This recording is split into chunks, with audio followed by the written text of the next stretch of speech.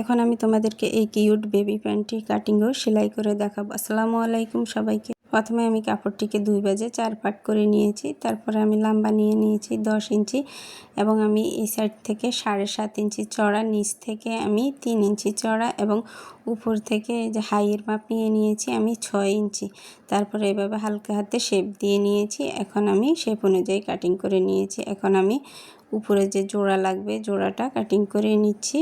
জোড়াটা কাটিং করে নেওয়া হয়ে গেলে এই দেখো আমি 10 ইঞ্চি মেপে নিয়েছি। তারপর আমি সামনের পাটটাতে এভাবে একটু বাড়তি করে কাটিং করে নিলাম। তারপর এখন আমি হাইয়ের নিচ থেকে সেলাই করে নিলাম।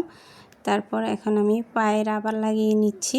তোমরা ভালোভাবে খেয়াল করলেই বুঝতে পারবে যে আমি কিভাবে সেলাই করে নিচ্ছি। হয়তো আমার বোঝাতে সমস্যা হতে পারে, তোমরা ভিডিওতে ভালো করে খেয়াল করলেই বুঝতে পারবে। আর আমি বাচ্চাদের কাজ তেমন একটা করি না, যদি কোথাও ভুল ত্রুটি হয়ে থাকে তাহলে তোমরা আমাকে জানাতে পারো। এখন আমি এই সাইডে ইলাস্টিকটাকে সিকিউর করে নিব। তারপর আমি অফ ক্যামেরাতে এভাবে অপর সাইডের পায়ের ইলাস্টিকটাও লাগিয়ে নিব। দেখো তোমরা ইলাস্টিক লাগিয়ে নেওয়ার পর এভাবে টেনে সুন্দর করে সবগুলো সাইড একরকম করে নিবে। এখন আমি এই সাইডে ইলাস্টিকটা লাগিয়ে নেব, সেটা আর আমি দেখালাম না, অফ ক্যামেরাতে লাগিয়ে নিয়েছি। এখন এই যে দেখো লাগানোর পর আমার দুটি পা এরকম হয়েছে দেখতে। তারপর এখন আমি হাইয়ের সাইডগুলো সেলাই করে নিব। তোমরা একটু ভালো করে খেয়াল করলে বুঝতে পারবে। এই যে এখন আমি ভাঁজ করে নিব। ভাঁজ করে নিয়ে দুই সাইডের হাইগুলো সেলাই করে নেব। তারপর আমি কোমরে রাবার লাগিয়ে নিলে আমার প্যান্টটা সেলাই করা হয়ে যাবে।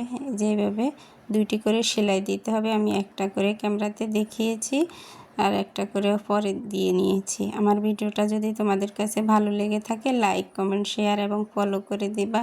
আর এই ধরনের নতুন নতুন ভিডিও পেতে আমার পেজের সাথে যুক্ত হয়ে যাবে। আর যারা ইউটিউব চ্যানেল থেকে দেখবা সাবস্ক্রাইব করে দিবা, পাশে থাকা বেল আইকনটি প্রেস করে দিবা।